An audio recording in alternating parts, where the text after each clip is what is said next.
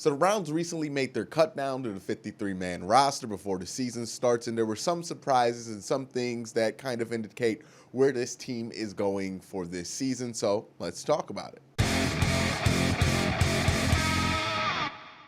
Real quick, before this video starts, please make sure you hit that subscribe button, hit that like button, and ding that notification bell so you can be notified when I upload. A ton of content coming out as we get ready for football, which starts this week. So please make sure you hit that subscribe button and ding that notification bell so you don't miss a single thing. Now, I waited to make this video and waited to release this video until a little bit into the day after they made these cuts, simply because I didn't know if a trade was going to happen. A lot of things happened at the cut down last year. I wanted to kind of hold off and see what happened with the Browns or if they picked up anybody. But it looks like as of Sunday morning, the day of recording this video, it doesn't look like anything major is going to break with the Cleveland Browns. And it looks like they're holding on to this 53-man roster. So with that being said, let's talk about some of the cut downs. We're going to start with the defense. So the defense, and I'm going to lump in special teams here, we learned a few things. One, what we've learned all camp is that Austin Seibert is going to be the starting kicker of this team, and there's really no question in that, and we'll see how that works out.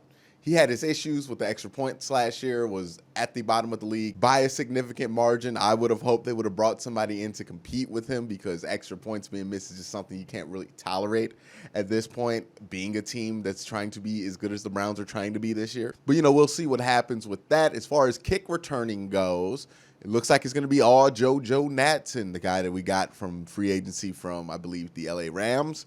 It's his job. It seems like it's definitely his job, because they cut Taywan Taylor and Damian Ratley, two wide receivers who have actually more use as an actual wide receiver than JoJo Natson does. So the only reason they would keep him and get rid of those guys is that JoJo is going to be a contributor on special teams, and seeing the size of him, it seems like the only way he's going to be able to contribute is returning. So it looks like that's all but his job there. So congratulations to Natson. I hope it all works out. My only concern about Natson is that he's very, very small, and I worry about ball security in situations like that. And I don't mean small as in height. I mean small as in frame. He doesn't have a big frame at all. And I worry about that when it comes to, one, holding up. But I think the Browns have some decent depth with the returner position, because you can throw in Donovan Peoples-Jones there, but also with ball security. So we'll see how he holds up there. Unfortunate that he hasn't been able to take any real reps at the position too, because of no preseason. So we'll see what happens, because it looks like he's going to be the kick returner for this team. One of the surprises, if you followed camp, is that they cut both Donovan Lumba and A.J. Green, not the wide receiver, obviously, the undrafted free agent. These two cuts are a little bit of a surprise, because Lumba had a really good camp, and A.J. Green was one of the highest paid undrafted free agents in the NFL this year. Also, another note, and this has to do with the Andrew Billings replacement situation. It was between Aquale and Elianku, and Elianku won that out. He won that battle pretty early in camp, honestly. It wasn't really that much of a surprise, so I'm not shocked to see that. And another battle is Chad Thompson lost out to Porter Gustin. And again, this happened early in camp. I knew Chad Thomas was kind of on the bubble at that point, and it's really not a surprise here that that happened. So defensively, that's the situation. You knew with them bringing in Ronnie Harrison, they had to get rid of some extra DBs. You just didn't know where that would come from. And then the Porter Gustin, Chad Thomas thing, like if you're looking from the outside looking in, you see Chad Thomas is a third-round pick a couple years ago. Why did he, or how did he get cut that fast? But if you've been watching this team for a little bit, you know Chad Thomas has underperformed. He had a decent second half of 2019, but, he got outperformed in camp by Porter Gustin. And it was, in my opinion, from what I've seen, by a pretty large margin. So that is what it is for Chad Thomas. I hope he lands on his feet, but that's the situation for the Browns defense. Not a lot of surprises there. They kind of made their big swing with Ronnie Harrison, their trade. I don't know if they're going to do anything else. There might be some linebackers that they pick up, and I'm interested to see if they're happy with Elianku. It seems like they are, as that Billings replacement. So that's where the defense looks after they made these cuts. Let's talk about the offense. What we saw from cut down day from this offense tells me a lot about the makeup of this team and the direction of this team, much like last year, right? Last year, I believe the Browns kept a ton of wide receivers, and even the tight ends they kept were more of the receiving type tight end, your Demetrius Harris's and your Ricky Seals-Jones. So looking at this offense is kind of a different story this year, an exact opposite story this year, because they kept 5 tight ends and 9 offensive linemen. They kept 6 wide receivers, which is standard, but, it's not an excessive amount. And for reference, the Baltimore Ravens are only keeping 2 tight ends. It's one of the most run-heavy teams, or expected to be one of the more run-heavy teams in the NFL.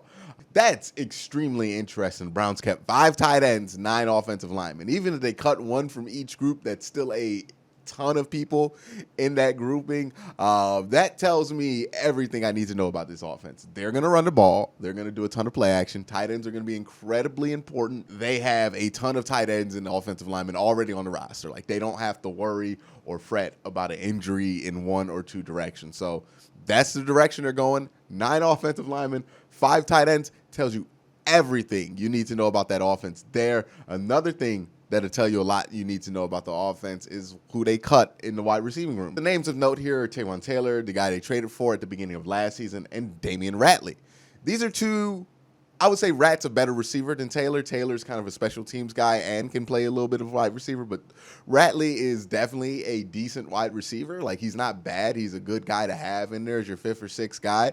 Fact that they're cutting him tells me they don't really have a use for anybody outside of maybe the top 4 wide receivers, if that. Browns also cut Garrett Gilbert and I forget his first name, but Davidson, the quarterback from the Ivy Leagues that they had back there. So they're only going to carry 2 on the roster. A little bit unusual. A lot of teams are carrying 3 this year. I honestly think the Browns are pretty confident that they won't have to worry about not being able to get one of those guys onto the practice squad. They're confident that one of those 2 guys are going to be, clear waivers and be picked up by them so they can throw on the practice squad. So I think that's a situation because, again, if you're on this cut list, I believe you're actually cut. Like, you can be picked up off waivers. This isn't a cut list for guys who are just going to immediately be put on the practice squad per the new rules this year. So interesting choice, but I think one of those 2 are probably going to end up still on the team, probably Garrett Gilbert as the emergency quarterback. And again, this year you can have guys who are on the practice squad that can become eligible during a game, I believe. I'm not 100% on that, but I know for a fact you can have guys who are both a part of the practice squad and the active roster in some capacity this year. I just don't know how that is. Also, when speaking of backups, Dearness Johnson made the team as the 3rd running back. A little bit of a surprise here. Dontrell Hilliard's kind of been that guy for a while. Benny LeMay was a undrafted free agent that they brought in from Charlotte. And, Dearness Johnson, kind of a last chance pickup last year from the AAF. I believe he was on the Orlando team in that league with Garrett Gilbert. And it's a good story because he was a long shot to make the team last year. He was a long shot to make the team this year, but he's found a way to be on the team. And I like what I've seen from him throughout camp. He's a good kind of, I don't know if he's a change of pace back, but he's a decent 3rd running back, as in he's well-rounded. He can do kind of everything. And overall, on the offense, not a ton of surprises. The Browns offseason has been really interesting in the aspect that as much has happened in this offseason, one feels like a million years ago, all that stuff happened. But as much happened at the end of last season that felt so dysfunctional, that felt so out of whack, that felt so far from being where we're at today. It's been remarkably unremarkable how little has happened this offseason as far as storylines, headlines, dysfunction. Like, really nothing's come out of this team that wasn't directly related to football. The big stories out of camp were Mack Wilson's injury, Grant Delpit's injury, but that's really it. It just seemed like there was a lot more going on behind the scenes of last year's team. We had the reports of the struggle between the 2 coaches and that the offensive coordinator and Freddie Kitchens aren't necessarily getting along.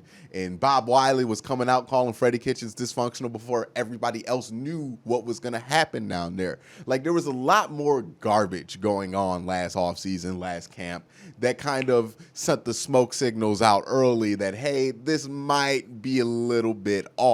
This year, there's not been the same amount of hype, obviously, or attention, but it's also kind of been no reason to bring any hype or attention. Like, the practices have been good, and then we get down to cut down day. And cut down day for the last few years have been kind of a hectic day. That's kind of why I do this video a day after they cut everybody, because I'm usually expecting a trade or a major veteran pickup to happen, like something that changes the entire structure of the roster. Usually happens on cut down day every year.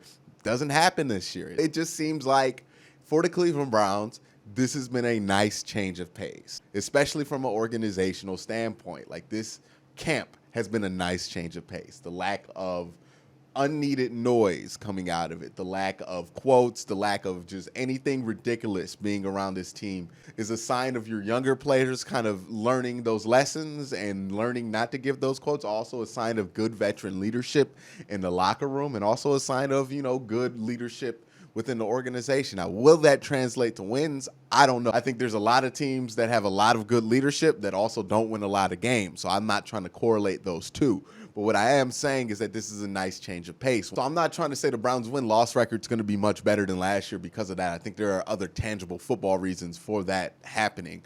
But I am saying that it seems like a more cohesive and competent unit from a structural standpoint. It's been like that since they hired Andrew Berry and Kevin Stefanski. It continued through the draft, and I praised it. It continued through free agency, and I praised it. It continued through the shutdown of OTAs, and I praised it. And now we're at the end of training camp, and it still seems like it's the same trend.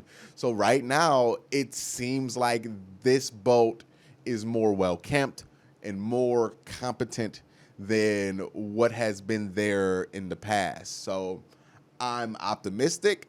I'm happy about the lack of a ton of news coming out of this camp. Like, think about all the news and all the hype that came out of all the other AFC North camps. The news about Earl Thomas coming out of Baltimore and him having to be cut. All the hype coming from Joe Burrow and his scrimmages. You got Big Ben and his injury concerns in Pittsburgh. You look at Browns camp, nothing's come out of it. Like, you've had the injuries early on, and Grant Delpit's injury sucks.